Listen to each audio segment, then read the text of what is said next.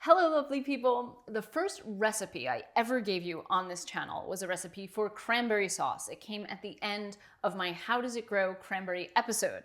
Well, it's been a few years since then, and I have continued to improve that recipe. This is a new, improved version, a completely addictive version. Why? Because it's cranberry raspberry sauce. Super easy to do, just a handful of ingredients. Let's get right to it right now. On a medium-low flame, I'm going to add 1 pound of cranberries. By the way, if you see white cranberries like this, that is actually a temperature issue. It means that the nights didn't get cool enough to trigger the cranberries to turn from white to pink to red. But all cranberries, white or red, look the same inside. They look sort of like an apple on the inside, crisp flesh like that. We'll add 1 cup of water and ½ cup of sugar. Give it a stir, and we'll add the rest of the ingredients after this mixture comes to a boil.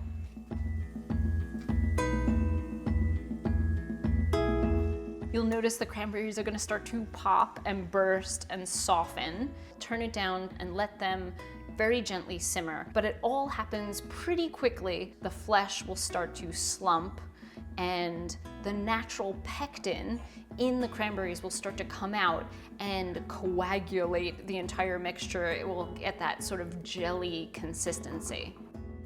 We'll add raspberries and give it all a good mix.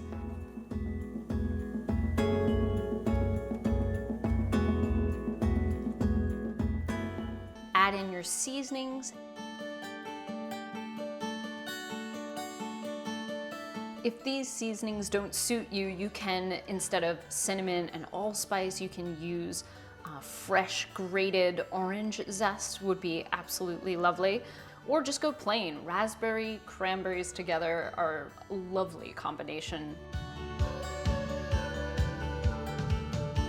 I like my sauce a bit on the chunky side, but you can certainly let this cool and then blend this. You can even use a sieve and sieve out the seeds that are in the raspberries if they bother you.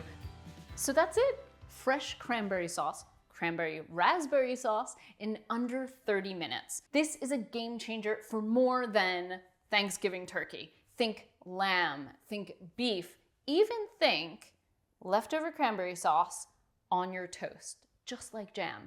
This stuff can be saved in the freezer, so make a big batch like this, use some, save some for later. Now, I have the full recipe, ingredients, and steps in the description below. If you haven't watched my How Does It Grow Cranberry episode, go hit that right now. And if you haven't seen my part 2, you must watch that too.